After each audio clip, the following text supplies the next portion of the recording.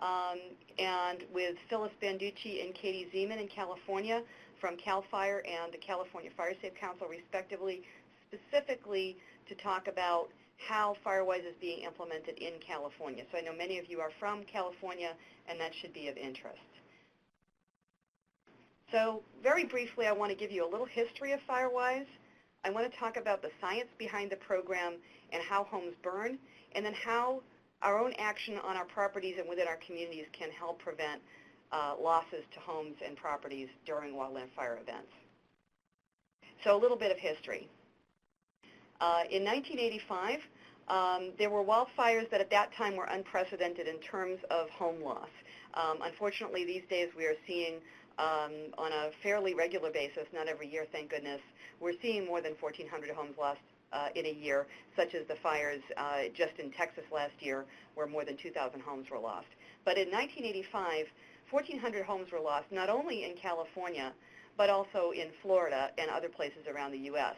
In fact, Florida lost 600 homes, 400 during one day.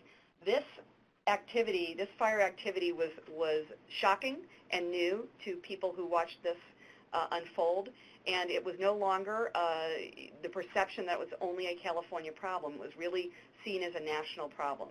There was also the recognition that wildfires can put dozens or even hundreds of homes at risk at the same time, and that the firefighters on the scene will not be able to have a truck, a hose, and a staff person at every home site during these kinds of events. So our program really began as a reaction to that year. In 1986, the National Fire Protection Association, the NFPA, which is where I work, got together with the U.S. Forest Service and other partners, including the Department of the Interior and state forestry agencies, to develop programs around wildland fire safety aimed at firefighters, but primarily aimed at property owners. NFPA is a nonprofit life safety codes and standards organization. We're based in Massachusetts, but we also now have an office in Denver, Colorado that deals specifically with wildland fire. So our program works all over the country. We work in a place that has a really cumbersome name, the Wildland Urban Interface, the WUI, and it can look like just about anything you see here. And I put a lot of pictures into my slides, so if you want to use your full screen, you'll probably get the most benefit from seeing what I have to show. Pretty much every place I've been in the WUI is a beautiful place. It's a place that's desirable to live, but it also comes with risks. So we care about this because we have something on the order of 70,000 neighborhoods or communities that are at risk from wildfire. In 2011, there were 65,000 human-caused fires alone, and we know that things are warming up. There's a prediction from meteorologists that it's looking on an average of a 5 to 8 degree Fahrenheit predicted temperature increase during the summers. The threats to communities are well known. Something on the order of $2 billion is spent annually in fighting these fires and trying to prevent them. They pose threats to public health, safety, and property, to our assets and amenities. And when we find these fires happening, especially when they're happening all over the place, it seems to be the trend last year in Texas, this year in Colorado, we're overburdening our local and state governments, and our ecosystems and their health are being challenged. I wanted to show you this slide, which actually comes from a NOAA climate change slide, and the data is from the National Interagency Fire Center, NIFC, in Boise, that tracks on the top, it's the number of fires. So you can see the red line is very erratic, but it doesn't show a huge increase over 25 years from 1985 to 2010. It's very, very variable from year to year. But what you are seeing, the bottom line is, the blue line, is the size of these fires. So the number of acres burned typically is actually increasing quite a bit. So larger fires on a landscape where we have more and more people living in these environments mean that this problem is not going away anytime soon. I want to speak a little to the science behind our program.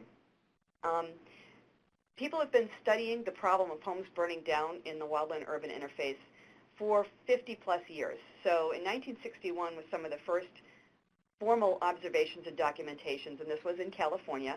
The Bel Air Brentwood fire was showing some interesting findings.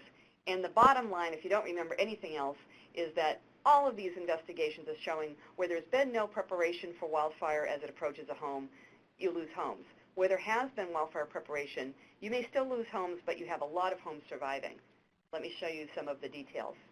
These two studies that were almost 30 years apart came out with very similar findings. They're both in California. Neither, in this case, surviving homes did not have flammable roofs. So you have a flammable roof, you have a non-flammable roof to start with. And in the Bel Air Brentwood fire, they were finding up to 95% of home survival of these homes with the non-flammable roofs if people had made some kind of defensible space or modified their landscape within 30 to 60 feet of the structure. In the Painted Cave fire in Santa Barbara in 1990, very similar results.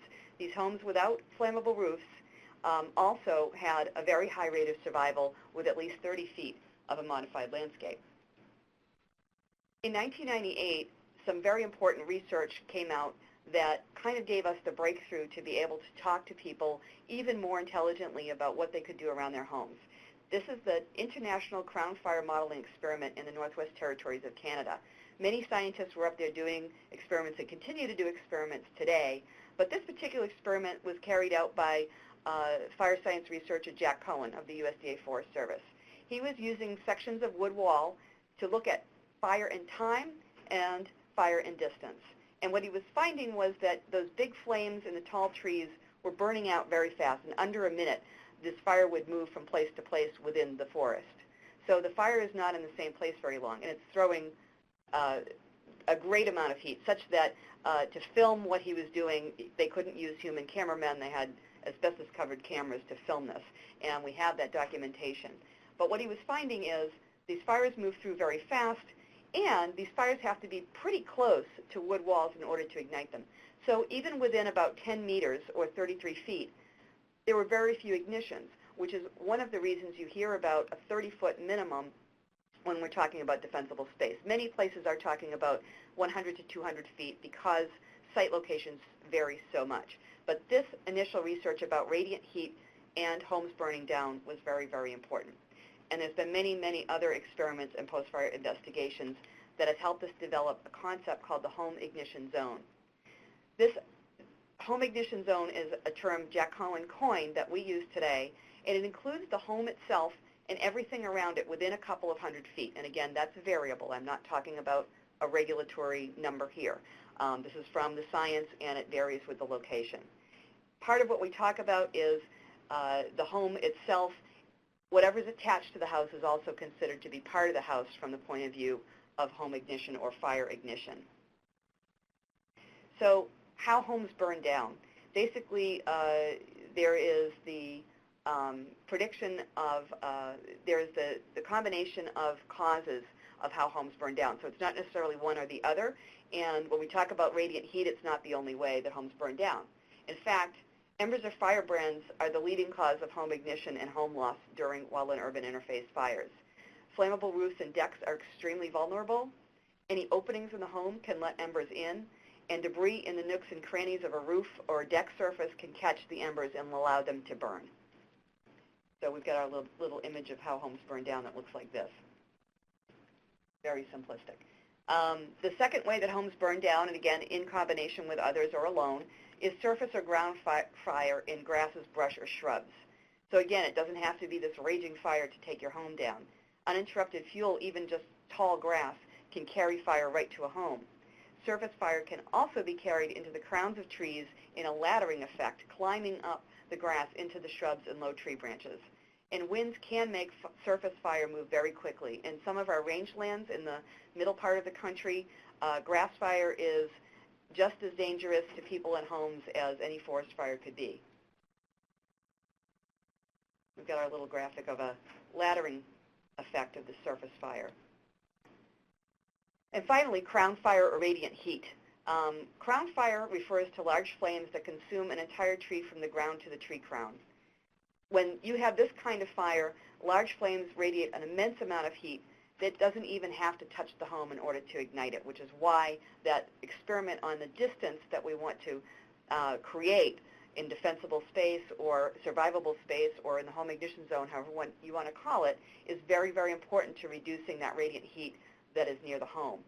Crown fires, though, burn very quickly at one location and move on to continue to consume fuel, which is why the distance can be pretty small to make a difference, relatively speaking, because the fire isn't going to burn and burn in one place with that kind of condition. However, if you have a big pile of something like firewood stacked up against the house, it will burn for a long time and throw lots of radiant heat, and is not a good thing to have up against the house. So there's our picture of crown fires.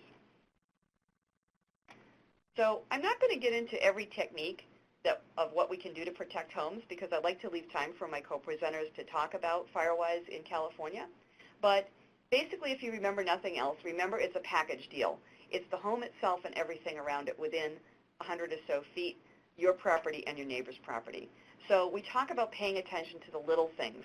If you think about a little ember, it doesn't seem to be very harmful, but enough of them get on your roof and into your gutters and into those pine needles, those little things can burn the home down. Modifying home landscapes is very effective, and retrofitting or hardening your home for fire resistance is also really effective. So I want to talk again very briefly about solutions that you can think about for your own home. And I thought we would change this out, but I'll go through these quickly.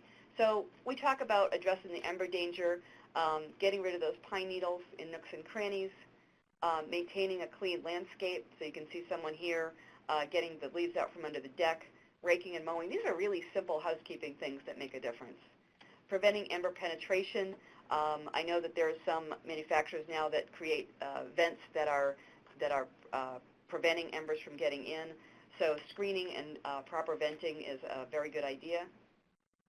Keeping flames from touching the house and attachments.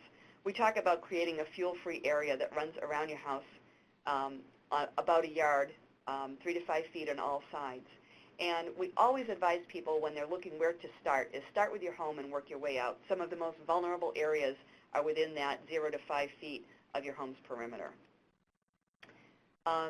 We also think it's important to keep flames from touching your house and attachments, keeping wood fences and mulch away from flammable areas, and keeping mulch and pine needles away from all those attachments. The picture I have of that fence on fire is actually in Virginia. Planning a Firewise landscape. There are many ways to do it, but the whole idea is fire-resistant plants and having an arrangement that means that it's healthy and it prevents that laddering of the surface fire into the trees. Keeping radiant heat sources away from the home. As I mentioned with firewood, you want to keep it at least 30 feet from the house if possible. And thinning heavy accumulations of wood. I have an example here. If you are in an area that there are deciduous trees, those are a better choice than conifers if you have a choice. So limbing trees up, getting rid of a lot of additional fuel does not mean you have to chop down every tree. As you can see, the picture I have is a nice screened private area, but it is a less fire-prone situation than you might have if you hadn't thinned the trees. Firewise home improvements. I mentioned here, and you will have an ability to go back and take a harder look at this, but these different aspects will minimize the risk from the ember causes, the radiant heat causes, and the surface fire causes of home ignition. And again, I want to emphasize for those in California, many of you are under state rules or other local rules that will prescribe how you do these kinds of things. So this, again, I am not intending my advice to be taken liberally. You need to take a look at what your regulations are. But these are the basic principles. And what else can we do? Well, we can work with our neighbors. This is actually a picture of two homes that are very, very close to each other with lots of fuel in between. And where homes are close enough to ignite one another, neighbors have to work together to modify their overlapping home ignition zones. And what we have produced with Firewise Communities USA is a way for them to do that, just a tool and a process for neighbors to get together to do the work.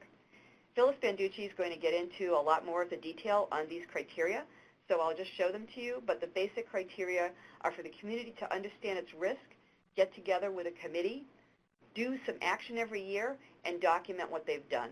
And when we put $2 per capita there, it's often what we start with is volunteer time, and they submit an application for recognition, and they renew their status every year. The renewal is very important. A lot of people think with Firewise recognition that this is the be-all and end-all and you're done, and actually it's the beginning. It's to get the community engaged and to keep going. And so the renewal is absolutely critical for fire safety going into the future. One-shot recognition is not going to help a community truly become fire resistant. We provide from our office recognition signs, a plaque, stories on our website, a media kit, all kinds of information and ways to tie these communities to their neighbors, to other communities going through the same thing, so we can share information with them and they can share information with us. And the big idea is, just like any other campaign to change how people behave, such as convincing people to recycle, convincing people to wear seatbelts, this becomes a normal thing when we do it every day. And of course, these concepts can be and are supported in many places by regulations and codes, but to really truly take hold, people have to believe in it and do it and want to do it. In our program, the participation is completely voluntary. And what we're finding over 10 years in the program is there are a lot of benefits. People get to know their fire service personnel well ahead of an emergency. They get to know their neighbors and communicate with them. They develop safer and healthier landscapes in commonly owned areas. And they can even get improved rankings for different kinds of grants and program funds. For example, there's pre-disaster funding from FEMA that gets some extra credit to if you are a Firewise community. So I want to take a moment and take you to the Firewise Communities USA site online. I see a couple questions coming up. I'm going to ask Tim if you would like me to address those now or wait till the end. Go ahead. Go ahead and address them now? Sure thing, yeah. Okay, Joe Christie asks, 5 to 8 degree increase in summer temps over what period? I am going to try to fudge it a little and say these are from 30-year models, 30 years out, so looking into over time the increase going up to 5 to 8 degrees on an average year, and this is what the meteorologists and the climatologists are looking at. And there's a question from Sabrina Drill. Are the Firewise plant lists local? Are they checked so they don't recommend any locally invasive species? Our website, we actually vet the lists that come in, and we only use those that are developed by cooperative extension services, and in that way we know that they're valid. Our staff does not have the ability itself to go out and create these lists, and so we rely on those experts, and locally invasive species are a big problem that we want to avoid, so that's one reason we try to keep it with the expertise that those that the cooperative extensions provide to us. So thank you for the question. I'm zooming here for a moment to have you take a look at our interactive map. And what we've done is... Michelle, have you accepted the screen share? I'm not seeing it showing up. Sorry. Oh, no problem. Share my screen. Yeah. Let's do it. There we go. Now it's moving. Okay. Thanks. Thank you. Okay, does it seem...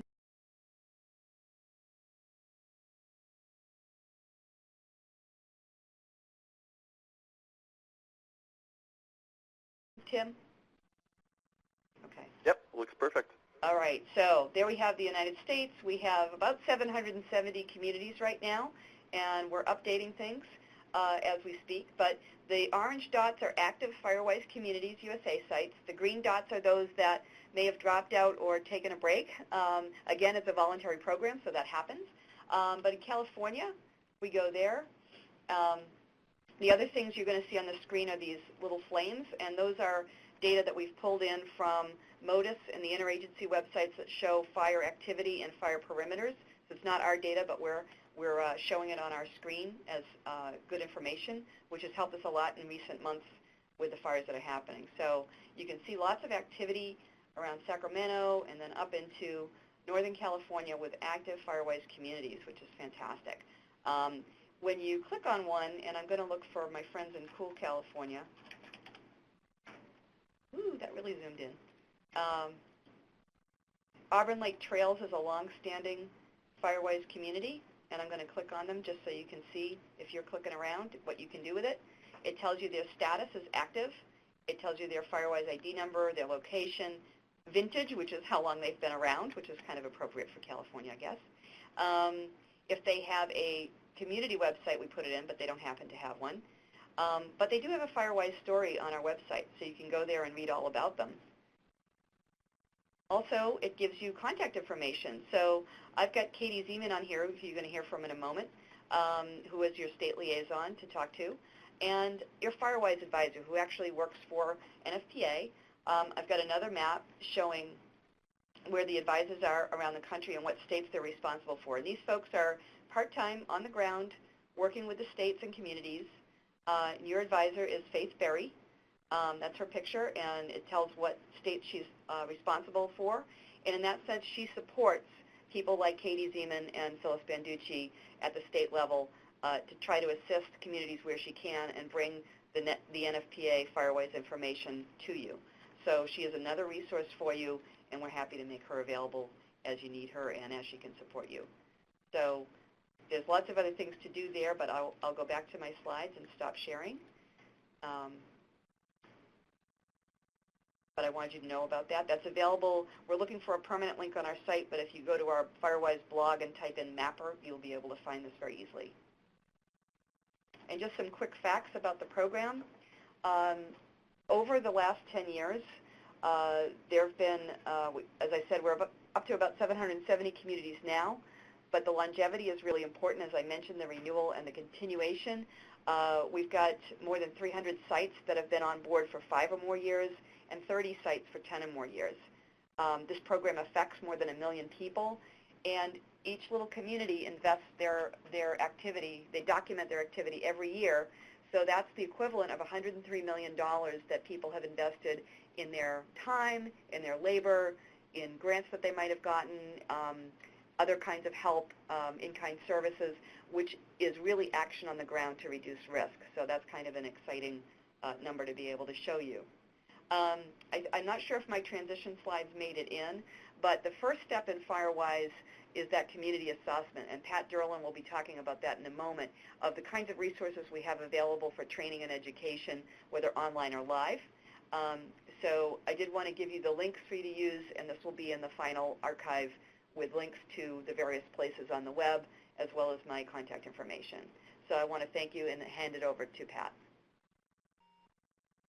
Thanks, Michelle.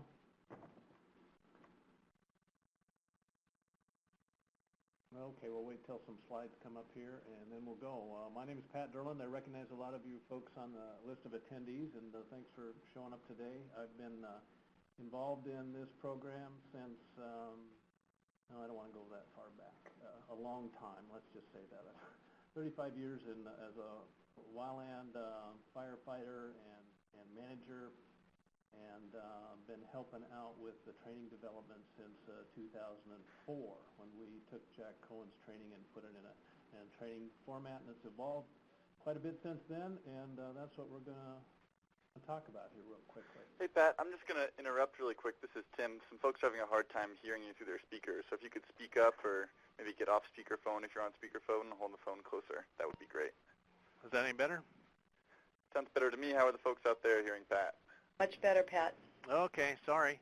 Okay, there we go. Okay, here we go. All right, a strong affirmative from the audience. Okay. All right, take it away, Pat. Thank you. You know, that's what drives me nuts about these webinars. Just one wrong button and the whole thing goes south on you. So, anyway, the important thing I think to point out right now is that the Firewise and the NFPA folks have done some work, and I've been involved in that, and they realize how important this information is, and there's a real lack of understanding on this issue, and the sad thing is that that's why we see so many home losses. And so they've put together some new courses, and they reduced the costs, and they have information courses now for residents, emergency responders, all kinds of folks. So we'll go through that. Basically, what we're saying is homes can survive severe wildfires on their own, and we see that all the time. Here's one from last month in the Colorado area, and what the research and the findings are showing us is that if we're going to protect the home, if that's truly our goal, we have to start with the structure and move out. So the concept of the home ignition zone is what the training centers around. Like Michelle said, we talk about the physical science of combustion. That involves large flames, small flames, embers, and really, you know, it's not that easy to ignite a structure to begin with, much less, you know, from plants. So this is a solvable problem. And And these days, the good thing is there's new research all the time, and we don't want to miss out on that. Because it's not luck or a miracle like the media often presents that these homes survive. You know, the question we have to ask ourselves is, why didn't this burn? And the answer really is that, well, it didn't meet the requirements for combustion. So let's start kind of at the lower level with training that's available online. The new thing that we just put on the web recently, it's actually in the Firewise catalog, is the introduction to Firewise principles and assessing homeowners' property. And what this is a CD of PowerPoint slides that you can order and show folks at your local area and introduce them in an hour or two, however much time you want to take, to these basic concepts. And also online is about a 7-module information and education session on conducting a community assessment, again, part of the Firewise community's recognition process. Then we move from those online sessions to on-site training sessions, and these provide continuing education credits for a number of professional organizations. We have a brand new one. It's a 1-day session this year called Assessing Residential Wildfire Hazards, and we did this because some of you have been to the 2-day session we have. It's a little more technical, and not everybody has 2 days.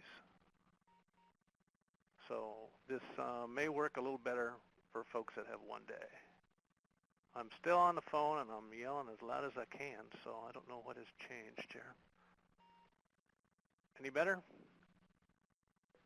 That sounds a little better for me, Pat, and I've also found for the folks who are having a hard time that often the audio on the recording will be louder for folks who have a hard time hearing the live version. So you will be able to catch this on the recording if you can't hear it now. And thanks for bearing with us, Pat. I can hear you fine through my computer speakers. Okay. So some of you I see from the list of attendees have been to the 1-day session. You know, that was something I did. Now we've formalized that through NFPA and Firewise. Some of you have been to the 2-day session. That's recently been revised in the last couple of years. This is what the 1-day session looks like. 4 modules. We talk about perceptions versus reality, the physical science of how wildfires ignite homes, how to identify and deal with wildfire hazards and reduce the risk. And then we move to the social science, from the physical science to Module 4 and the social science. Okay, how do we make this happen socially? How do we affect the behavior change and understanding of this issue?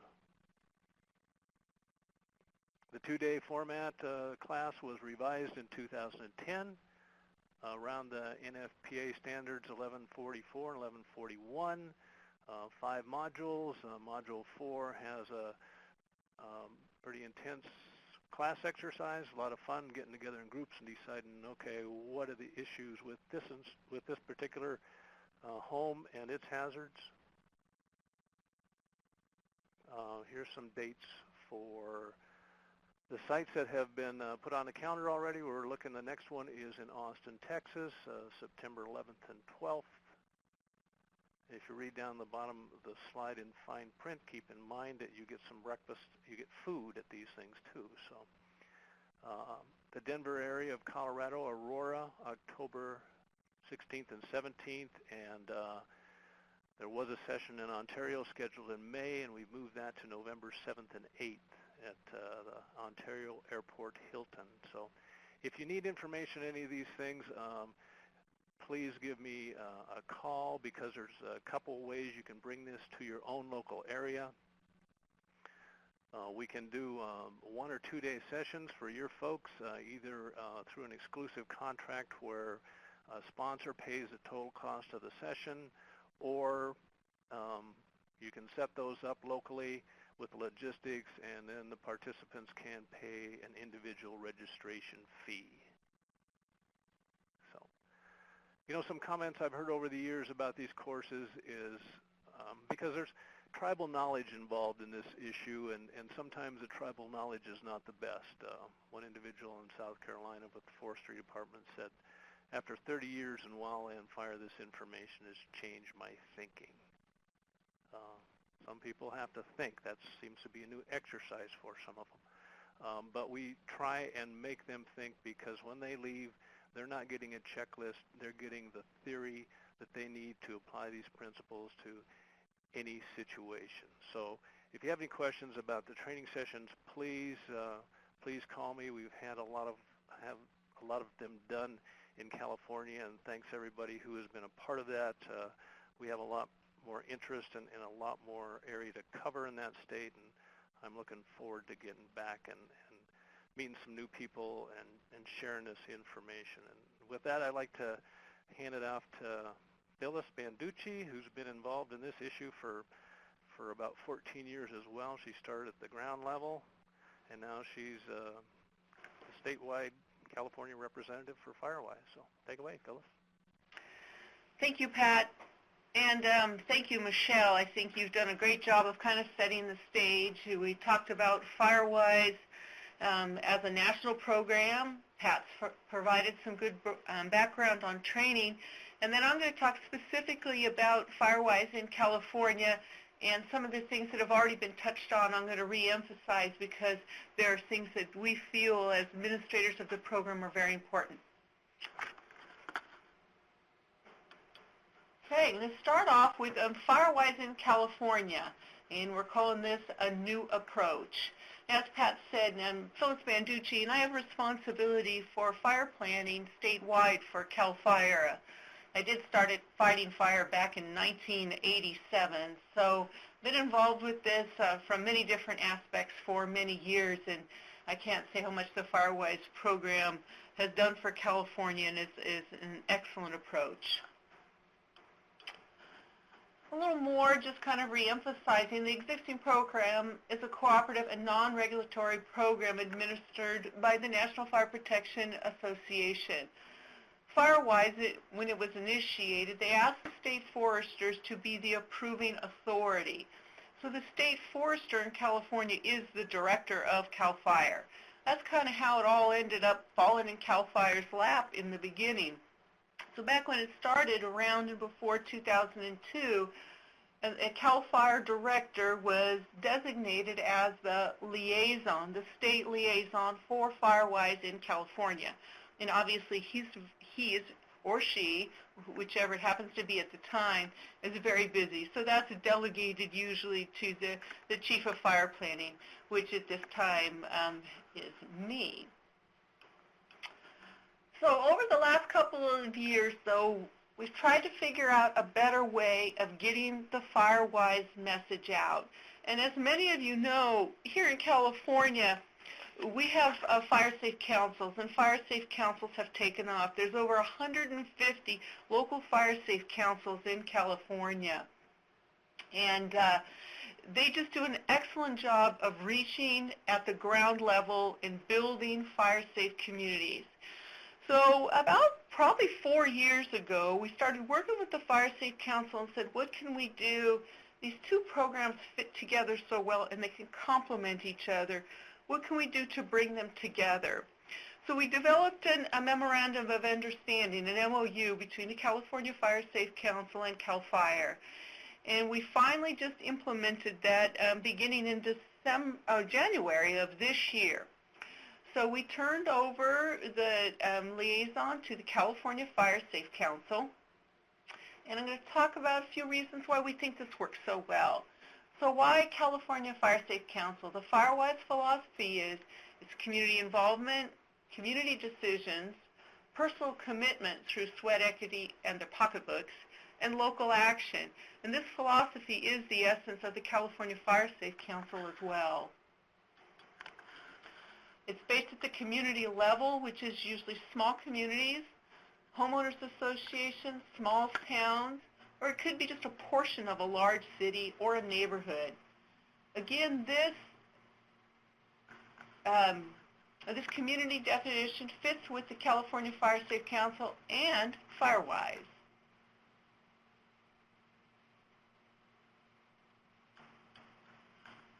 So the proposed restructuring, which we initiated in January of this year, CAL FIRE's delegated the approving authority to the California FireSafe Council. California FireSafe Council is to promote the program to communities, local FireSafe councils, and local government. California FireSafe Council to provide Firewise assessments through training provided to local FireSafe councils. And the California FireSafe Council is to approve applications through coordination with state, federal, and local fire officials. So even though we've done all of this, CAL FIRE has stayed engaged with the process all along, and we plan to do that. We're just using the California FireSafe Council as kind of our method to reach out. I still review all of the applications. I work closely with Katie, and we get them approved in a timely manner. As far as providing training, most importantly, the FireSafe Council provides kind of a link and information. As Pat just went through, the training is available either online, through your local government, in many ways to get the training. And what we do here is kind of facilitate and get people pointed in the correct directions. But as I've said, CAL FIRE is still engaged. We stay involved, and California FireSafe Council and CAL FIRE are coordinating probably on a weekly basis. So how will the program be different? Not too different. The California FireSafe Council will be listed as a state agency on the website. So you'll see California FireSafe Council, their contact information, again, Katie's name. California FireSafe Council will provide Firewise information on their website. We're going to cover that in just a little bit. California FireSafe Council will utilize existing personnel to track and promote Firewise, as well as provide Firewise assessments and approve applications. And again, they may not actually be doing the assessments, but they're going to put you in contact with the people who can get those done for you. And the steps, they remain almost exactly the same as when CAL FIRE was administering the program and the liaison. And next, I'm going to go through steps. Some of you have already done this, are kind of well aware of it, but this is just a great kind of a 12-step of how do you become Firewise with just some quick bullets. I don't provide a lot of detail, but with all of the links that we've provided with for you, you're going to probably be able to get just about everything that you need to know. So first step usually comes from community or residents. They want to become Firewise, so they contact Firewise, or in this case, they may contact the FireSafe Council. They actually usually comes from themselves. Somebody doesn't come from the outside and say, hey, I want you to become Firewise. It's best when it comes from the folks in the community. So the state liaisons, which are listed on the Firewise site, then actually become engaged. So the initial contact with the program is often made by a community resident, either over the internet or through the state forestry agency, and now will be the FireSafe Council, the state FireSafe Council. The state liaison forwards the contact to the local, state, or federal fire chief or Firewise assessor. The executive director of the state FireSafe Council actually delegates his responsibilities to Katie, who is the FireSafe Council point of contact. The FireSafe Council assists with identifying a local Firewise representative to assist the community. And I want to spend a little time talking about this what. Because when we first start off the program, usually communities will go, well, how do I do it? So either myself, someone local, or maybe Katie or FireSafe Council says this is how you need to get started. And I want to really emphasize that when you get an assessor, and you may be somebody who actually went to a training course, may have gone online, that person is kind of a coordinator. They actually bring the group together. But when the assessment is done of the community, it has to include your local, federal, if there is federal lands in the areas, and your fire departments. Because the expertise that the fire departments provide is what makes it a valuable assessment. So your Firewise assessor isn't your fire expert. They are kind of your guide for the process. And please remember that as we're going through and we talk about the assessor. The assessor is the person who kind of tells you, here's what we need to do, here's how it can get done. But your local expertise always goes with your local fire protection district. Next step, again, the communities and the residents, you schedule a site visit to the Firewise representative and the local fire authority. Community residents, Firewise representatives, and or local FireSafe council participate in the site visit. You can have as many folks as you want attend because it can also be a training and learning experience for people in the community. Again, the community and the residents conduct an assessment. Firewise representative or the FireSafe council or a consultant, all with assistance from the local, state, and federal fire authorities. Again, just emphasizing the Firewise assessor is only one person who's involved with the process. And you create a Firewise board. The committee is composed of either interested residents, local FireSafe councils, or homeowners association. Earlier, Michelle mentioned the Auburn Lake Trails. That's a homeowners association that's very successful in conducting FireSafe program in their area. So they have a board of directors already. They act as their Firewise board, and it was just a perfect transition for them to have both in their area. Many times we see it come from a local FireSafe council, so the FireSafe council board is also the Firewise board. Local government fire staff and wildland fire staff participate as invited guests to your board and advisors. They aren't voting members, but it is important to have them involved as advisors. Firewise assessor presents the completed assessment to the local Firewise board. Hopefully has a few fire folks there to help them make that presentation. The Firewise board, and I'm using these interchangeably because in California, the Firewise board is usually the same as the local FireSafe council, but not always. You create an agreed-upon area-specific action plan for the community. The Firewise provides advice as needed. You coordinate the action plan with, and again, local fire service, wildland agency, and a key important part, if there's an existing CWPP, to make sure that that gets reviewed in the process and that your action plan that's with your Firewise assessment matches what you have in your local CWPP, which is your Community Wildfire Protection Plan. Firewise Board, FireSafe Councils, you work with your community to complete its first action item, and as Michelle mentioned earlier, usually that's your Firewise Day, which you'll have to have one of those every year. You download the application from the Firewise site, complete the form, and then there's three key components. You submit to your state Firewise liaison along with your supporting documentation. It's your assessment, action plan, your documentation, and your application. The application is just a one-page document that summarizes everything. The real meat of your Firewise application is actually in your assessment and in your action plan, and that's what we spend most time looking at.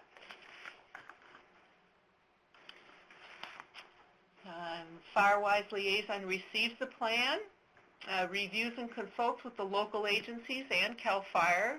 They approve the application, then we forward the completed application to the National Firewise headquarters. And we only forward the application to them. We keep the assessments and the action plans here in California. National Firewise Program then receives and records the application, updates the Firewise community's websites, and then sends out the community recognition material, as Michelle mentioned earlier. I think she even showed some examples of some of the materials. So you received the Firewise recognition material. Hold a community recognition ceremony. You could have a barbecue. You would invite the media, invite your local politicians, and for sure your local fire chiefs, your local fire authority should be involved. And then lastly, as was emphasized earlier, don't forget to renew. As we said, this first step of getting recognized is only the first step. It's that renewal and keeping your community engaged, which is what is important. and the renewals are due every year. There's a great online application that can be easily done. They do not have to be sent to the California liaison or representative or even CAL FIRE. They can just be done online. But if you do send it to us, we are happy to forward that to the national program. So again, I want to emphasize that your Firewise representatives and your assessors can be any one of these people. It can be a local FireSafe council. It can be someone from CAL FIRE, your local fire department, a BLM, Forest Service. You could even have your resource conservation districts that are available in your area. And then again, you can also have a local consultant that's a paid consultant that might want to be engaged in your community and help you through the process. We're kind of open to whoever wants to get engaged, but it isn't just driven by one person, that the assessments are done in a collaborative effort with all of the fire agencies and an assessor, and usually in California, your FireSafe Council. California now has 56 Firewise communities, and actually I think Katie and I were talking just yesterday, there might even be a couple that aren't up yet, plus 2 that have just come in the last couple of weeks that we haven't approved. So Firewise is really growing here in California.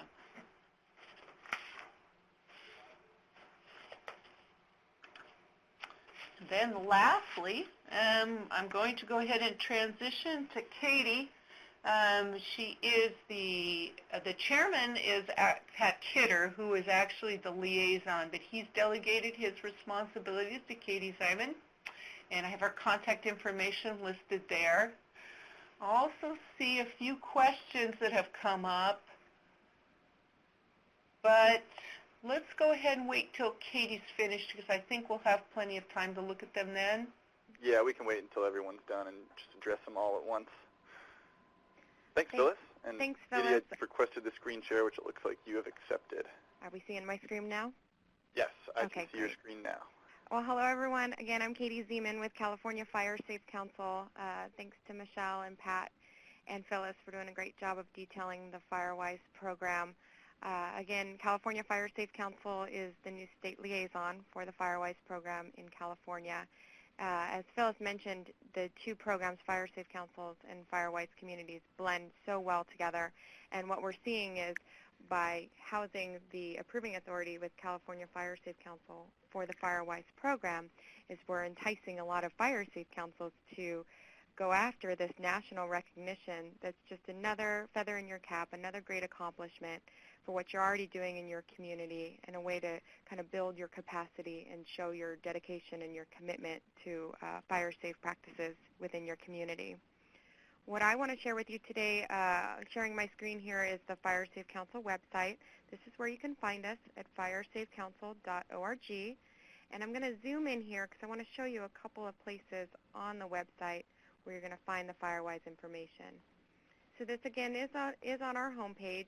And this area entitled What's News is where we oftentimes will upload some articles, new information, event announcements, and we also have a place here, an article about becoming a Firewise community.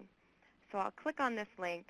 Again, zooming in here, so you won't be able to see the full screen, but there's a great article here that talks about the connection between California FireSafe Council and the Firewise Community Program in California. Talks about what you can expect the California FireSafe Council to help you with as you go through the program, and then some additional information for what this can mean for you as a FireSafe Council and why it would be beneficial to consider the national recognition. In addition, I'd like to connect our website with the Firewise website, so I've included some links here. Pat mentioned there's some great online training, so there's a link here to the assessment training. That's an online course on the Firewise website. And then I have 2 really good resources that I highly recommend you check out. There's a pamphlet entitled Becoming a Recognized Firewise Community USA that'll walk you through the basic steps of becoming Firewise. And then the user reference guide is a must-have if you're considering the recognition program. It will walk you step-by-step in detail about how to become Firewise. It'll talk about the assessment process and even provide a template for you for your community assessment. And then just some quick links here for you. When you get through all those criteria, you can click here on this link, and that will take you to the page where you can find the Firewise Communities application. And if you already are Firewise, you can come to our website and click over to Firewise to renew your status. All my contact information is on this page, and I do hope you do check out that article just for some background information on what the Firewise program can do for you as a FireSafe council. And then another thing I want to show, I'm going to go back to the home page here. I mentioned that we try to post some event announcements on our website. And the sixth item down here is assessing wildfire hazards in the home ignition zone. And this is the workshop Pat mentioned that's happening in Ontario. And it's a great opportunity for you to get this knowledge of what it means to look at the home ignition zone and start getting some of those tools so you can take back to your community to teach them about how to work from the house out. I've got two attachments on this article. One is going to be your standard flyer. I'll go ahead and pull that up. So this is a flyer that talks all about what the workshop will hold for you. It talks about who should attend and your location. Again, it's November 7th and 8th. And what I really want to highlight here is under special note. What we've been able to offer as California FireSafe Council is a $100 scholarship that will take $100 off the $195 registration fee. And this is for local FireSafe councils to be able to attend this really valuable workshop. And we're hoping to get as many FireSafe councils to sign up as we can offer this scholarship to.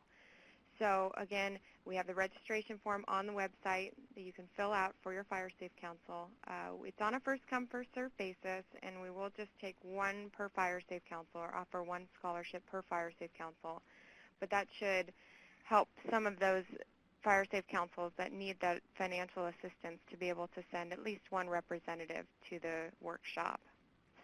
I have attended the training a couple of times, and I highly recommend it. It's a great starter to get you on the right path for understanding the Firewise program and all the tools that you'll need to get started on your assessment in coordination with your local fire agency. So again, be sure to check out our website, firesafecouncil.org. You can find lots of good information there, learn more about our organization, and find my contact information for when you're ready to get started on becoming Firewise. I'm delighted to see so many FireSafe Council representatives attending this webinar, and I hope that many more will hear the recorded version too, because again, the benefits are there for becoming Firewise and FireSafe Council. It's really going to help you with your sustainability for your program and get you to renew on that annual basis to make sure you're still on that same path and not having any lapses in your commitment to FireSafe and Firewise. So thank you. All right, thank you, Katie. We're going to transition right into the question and answer here, and I'm also going to pull over a number of links from the different presenters that were mentioned. I think I was able to add most of them that were mentioned during the presentation. We'll send these out in an email to everyone on the webinar later today also. So, Michelle, I believe you answered these first two questions from Joe Christie and Sabrina Drill. And the next question is from Timothy Lange. It's, are there data and support efforts available for communities and counties that are suffering from severe economic conditions? And he gives the example of the San Bernardino City and County's mountain communities. So any of the presenters who feel qualified, please chime right on in.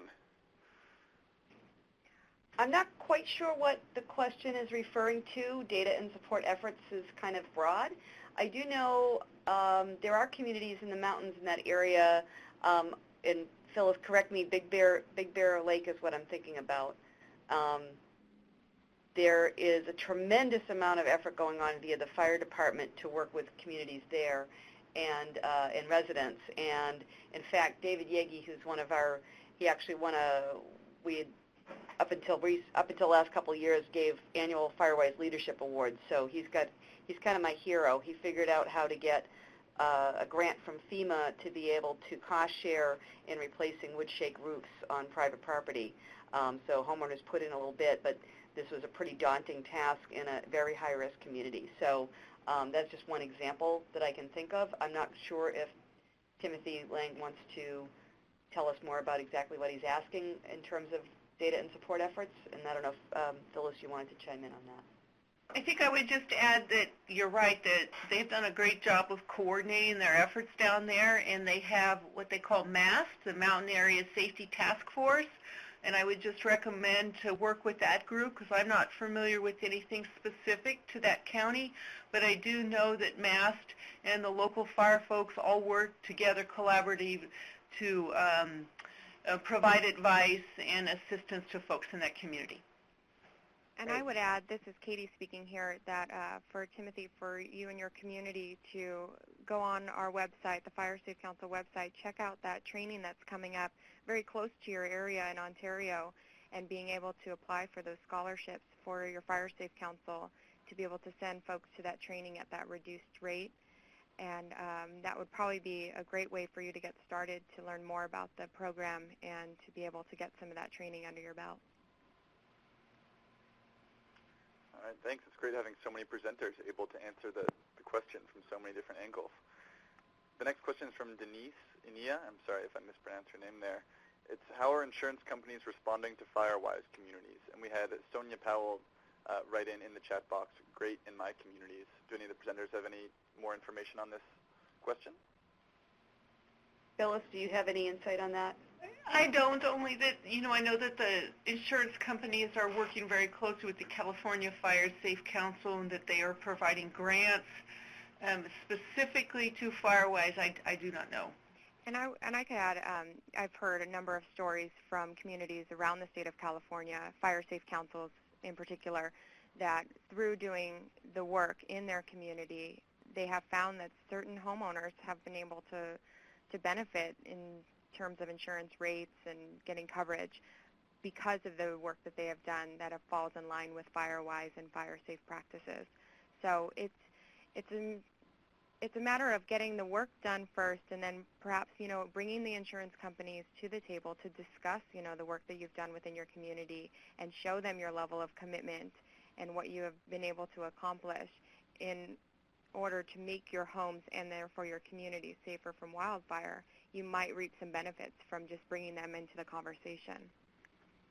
Yeah, this is Michelle again. On a national scene, one thing about insurance companies is they're all competing against one another, and they are highly regulated by state, so you don't get a full picture. There's no such thing as an industry picture, really, but they are very interested individually in looking at their book of business, trying to balance the risk. They are very interested in risk reduction on all kinds of levels. So I know some are looking at the data to see whether they can put more resources into areas that are actually doing a good job and provide some kind of benefits, and it's very much on a case-by-case basis. Others, like I think Phyllis mentioned, grants that some companies have provided on these large-scale efforts to do education, which is great. Many, many companies that we know of have taken Firewise messages and materials and put it into their own websites for their policyholders or mailings. So they really want to get that information to people to help homeowners reduce the risks on their property, which makes a lot of sense. This is Pat. I've seen corporate insurance people take an interest in this issue in the last couple of years that I haven't seen in the past, and I suspect that's going to continue after Colorado this year and the losses sustained there.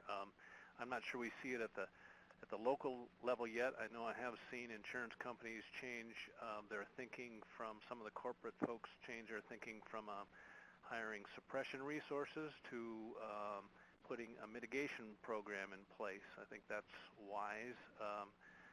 The other thing I've seen is folks from some insurance companies looking and understanding that if there's a Firewise community and people are actively protecting themselves and taking actions to reduce their risks, their thinking is we want to keep these people or we want their business, that's going to make a difference, and we're going to take a closer look at that. So I see it happening at the corporate level, so keep in touch with those folks because I think it'll play out here more often and greater ways in the next few years. All right, thank you to all of you. The next question is from Timothy, and it's, is there continued value in the identification of communities at risk of wildfire in support of the Firewise program? I can answer that, Tim. The communities at risk designation is not a requirement of Firewise, and Firewise doesn't even ask that we look at that, so one does not depend on the other. That's a good point, Phyllis. This is Michelle. I think what we're finding is communities at risk is very micro level, and we absolutely want to talk to any community with any level of risk, because pretty much everywhere around the U.S. you've got some level of risk, even in what you might look at as an urban environment from this kind of issue. So we don't pay a lot of attention to a big formal list, but risk identification is really important at that very micro local level, so people understand what the risk looks like and what they need to do. So I wanted to kind of cover that side of it. Thank you. All right, the next question is from Amy, and it's, have you worked with Firewise communities on updating their action plans after a certain time period? I have not done that. Everything that I've gotten has always been new, but we always get updates. Many times I'll get updates from Firewise communities when they do their renewals. They'll send in new information, send in updates on what it is that they're doing. So not formally, but we certainly would encourage that, because you're correct, an action plan that may be set should be looked at every year. If modifications need to be made, I would recommend that you submit those to the local liaison or the state liaison when you send in your renewal. And from the national point of view, that's what we're seeing is communities that are maturing in this program will go ahead and update that. And Amy, I know personally, I've met her. She's in Wisconsin, and I know why she's asking, because she has lots of mature communities out there that she's probably going back and saying, okay, now what do we work on next? And I think a lot of communities get into a maintenance mode after a number of years where they just keep after the work as opposed to having to do big brand new projects. So I know it really varies around the country.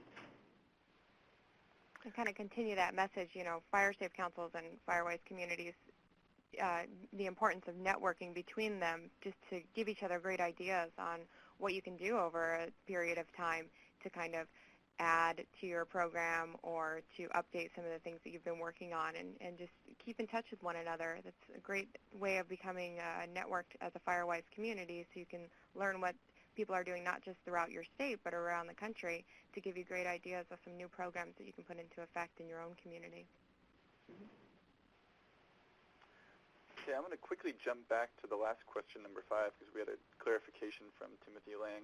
He said he was thinking of communities at risk, community wildfire protection plans, and Firewise as being supportive of one another. Do any of the presenters have anything to say about how those different programs and designations interact? Michelle again. I think from communities at risk, it's interesting information. I don't think it's terribly complete or accurate. As you look at the national picture, for states reporting when that list was developed was interesting, to say the least.